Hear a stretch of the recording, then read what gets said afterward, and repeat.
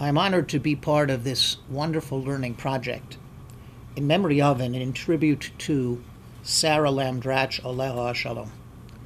No learning could be more appropriate to Sara's memory than the learning of Tehillim. Tehillim are a celebration of life in all of its facets.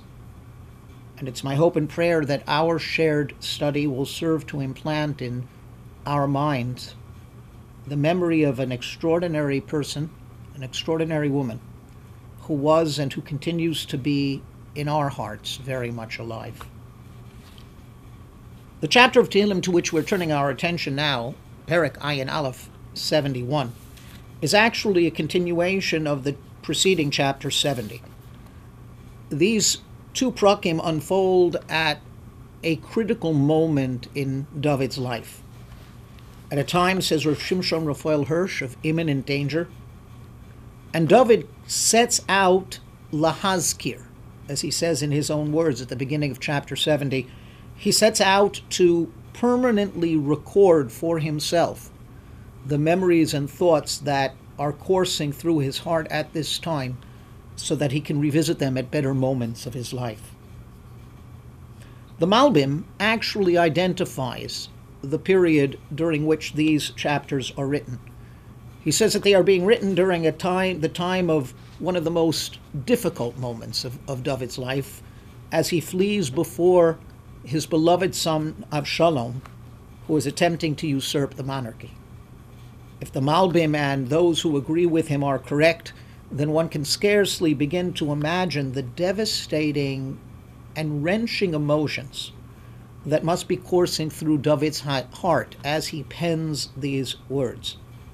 The conflict, the betrayal, the fear, the sorrow, the hurt, and the profound, profound sadness at the fact that his own son has turned against him and he is forced to flee for his own life. Our Perek Ayin Aleph opens, says the Malbim, with a threefold plea.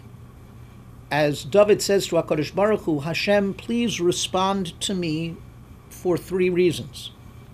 B'cho Hashem chasisi, respond to me, Hashem, because I have been faithful to you, I have trusted in you. Respond because of my loyalty. B'tzid koscha tatzileni, respond, HaKadosh Baruch Hu, as well because of your own righteousness. I cannot pray for my merit, he says, but because of your righteousness, please respond to me.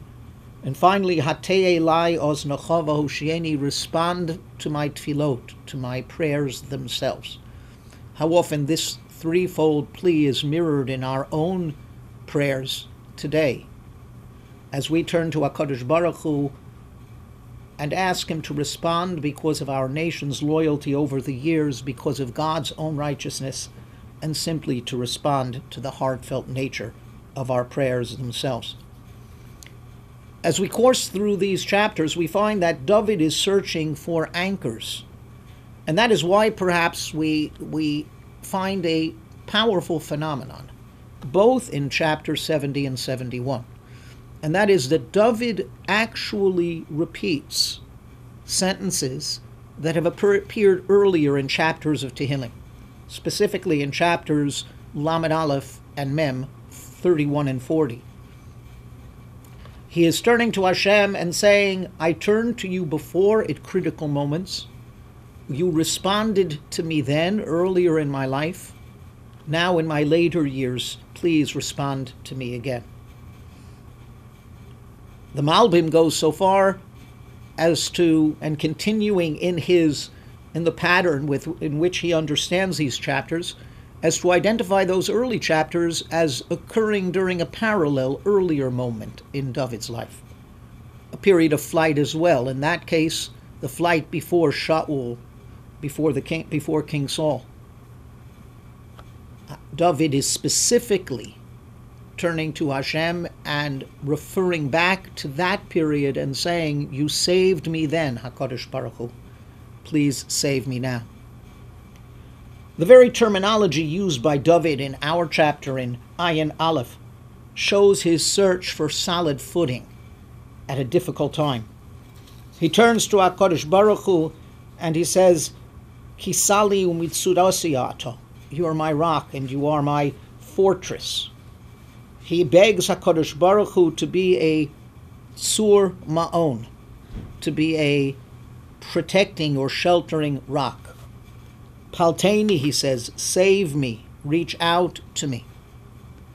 And as we've said, David here is clearly an older David, and therefore we find the poignant plea that is mirrored in our own slichot prayers. Al tashlicheni li'et zikna, he says, do not cast me away at the time of my old age. Kichlos kochi al ta'azveni, as my strength is faltering, please do not leave me. David, an older David, turning to Hashem and saying, it's a difficult time for me, Hashem, both experientially and chronologically. Please respond to me. In the same vein, he turns to Hashem and he says, Elokim limadetani min urai. Hashem, you have taught me from my childhood. V'adheino agid niflosecha, and until this moment I've spoken of your wonders. V'gam ad zikno v'sevo Elokim al ta'azveni. Do not, therefore, and during this time of my older age, do not leave me. Do not leave me. Do not abandon me. These are poignant pleas and serve as a mirror into the heart of David, an older David, once again forced into flight.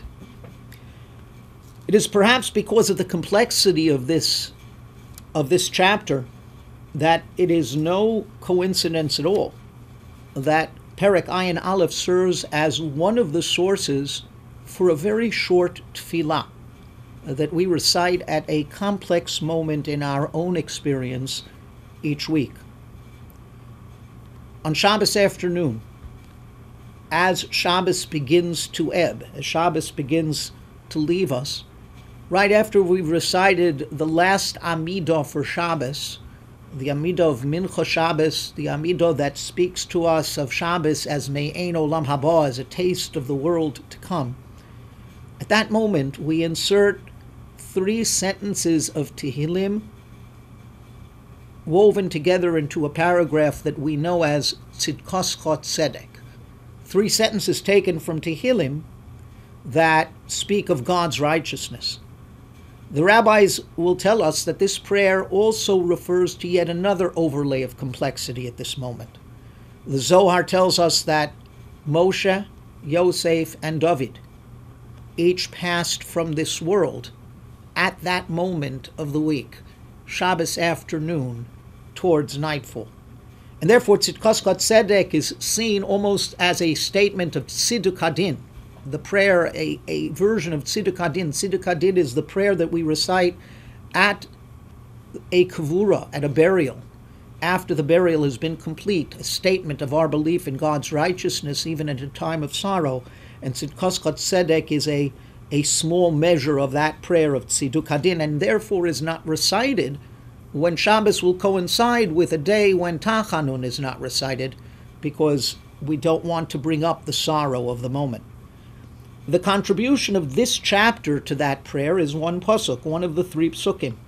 It is Perek Yud Tes in our Perek Ayin Aleph, V'tzitkoscho Elokim ad morom, ato asisa gedolot Elokim mikamocha. Your righteousness, HaKadosh Baruch Hu, extends to the heavenly vault. You have done great things, God who is like you, who is comparable to you. And the rabbis will see in this one sentence a variety of different possible messages. Some suggest that this sentence refers to the fact that HaKadosh Baruch Hu's righteousness governs not just this world, but governs the entire universe, extends to the heavenly vault. Yet others will say that this pasuk actually is meant to reflect a statement found in the Talmud, Gadol hatshuva shemagas ad kisei hakavod, that great is tshuva, that it reaches ad morom, it reaches to the heavenly vault, it reaches even to the heavenly throne of HaKadosh Baruch Hu, meaning that even when things are difficult, our own tshuva, our own return to HaKadosh Baruch Hu, can change the very forces of nature, will cause Hashem to turn the very forces of nature to our benefit.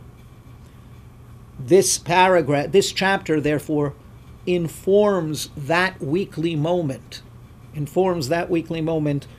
when Shabbos is leaving us and our own hearts are filled with complex reactions and sadness.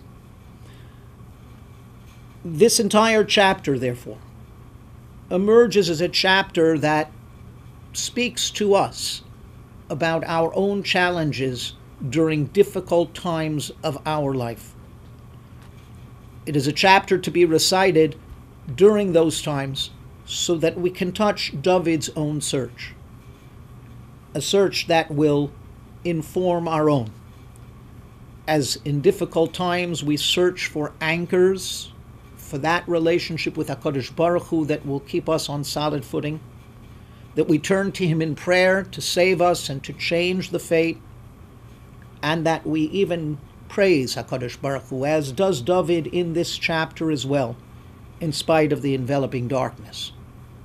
If we can catch a bit of David's own spirit during those difficult times of our lives, then Be'ezras Hashem, we will be answered as he was during that moment.